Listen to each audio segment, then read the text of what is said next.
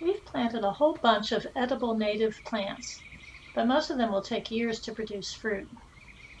So far, what we have actually eaten from our native plants is a handful of blueberries, though this year is looking much more promising, and a single serviceberry berry, which we split in half last year. It tasted a lot like a blueberry. The problem there is that serviceberries get cedar rust if you have eastern red cedars nearby, which we do. But we love our serviceberry because it's the perfect perch for birds after they come to our feeder. Growing vegetables has given me a deep respect for organic farmers. If we had to depend on what we grow for what we eat, we would promptly starve. But we do produce enough to knock down our produce bill, and it is fun and gratifying and not that difficult now that we have figured out what grows well for us and what doesn't. Raised beds definitely work better for me than trying to incorporate vegetables into the flower gardens. We were bored with rectangular beds, so we tried something different and ended up with the Starship Enterprise. It's impossible to mow right next to the bed, so we put in some native plants around the edge that can tolerate soil compaction.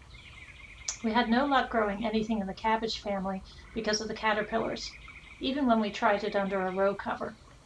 But otherwise, we haven't had a lot of trouble with insects, and that may be because after years of putting in native plants, we have developed a well-balanced ecosystem infrastructure, so to speak, with plenty of predatory insects that keep down the plant-eating insects and toads to keep down the slugs. I've learned a few things, such as that planting squash seeds after July 4th leaves enough time for them to fruit and avoids the squash vine beetle. And that when they say that a vegetable needs full sun, they really mean it. And that planting too early in the season backfires. And that you should pick cucumbers regularly when they are still young. I don't recommend organic fertilizers made of animal products, since our dog always tried to eat them. And anyway, there's no way I'll ever again buy something that supports the destructive animal agriculture business. Last year's discovery was the wonder of the Florida weave method of tying up tomatoes. Look it up. It's so easy and works far better than tomato cages. Pots on the deck near the kitchen are the best place for herbs such as mint, chives, basil, and thyme. Strawberry pots don't seem to work very well for strawberries, unfortunately. We are probably the only people in the world with a weeping peach tree. The first year it produced a lot of peaches, raccoons climbed up and bent all the branches down permanently.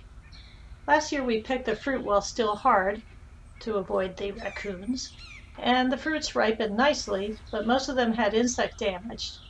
I salvaged enough pieces to make a couple pies. Planting a peach tree was a mistake, since I have since learned that the way people get good crops is by spraying them with insecticides on a schedule, and I'm sworn off insecticides, since the last thing I want to do is kill the insects and other life that we've attracted with our native plants.